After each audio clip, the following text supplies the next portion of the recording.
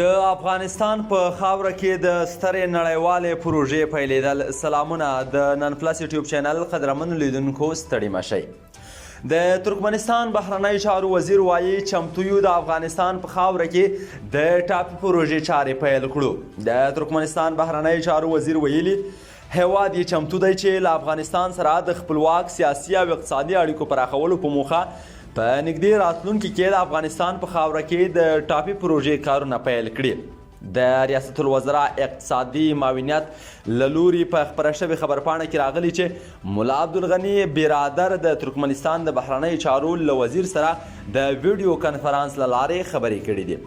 خبرپاڼه کاږي دواړو خواوو پر دوه اړخیزو سیاسي، اقتصادي او سوداګریزو همکاریو سربیره د افغانستان په خاوره کې د ټاپي پروژې د عملي کېدو د لارو چارو تورغونډۍ بندر کې د ریل پټلۍ سټیشن د پراختیا، ترانزیت او ترانسپورت برخو کې د اسانتیاو برابرولو په اړه هر اړخیزې خبرې وکړې.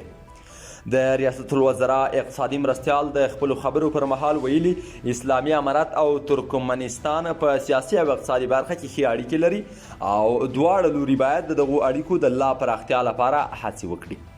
د ملا برادر په خبره د افغانستان او ترکمنستان په بېلابېلو برخو کې ګټې لري چې اوس مهال یې د ترلاسه کولو لپاره ښه زمینه برابره شوې ده.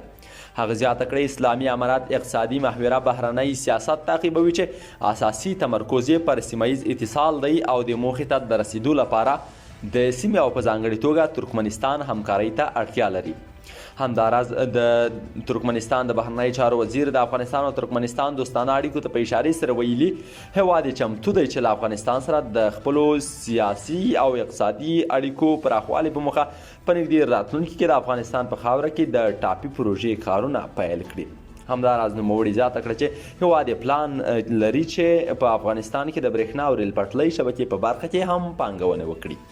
د نن پلس یوټیوب چینل قدرمن لیدونکو مهم خبر مو هم دومره و. د نورو لپاره موږ تعقیب کړئ. تر بیا ښې شېبې.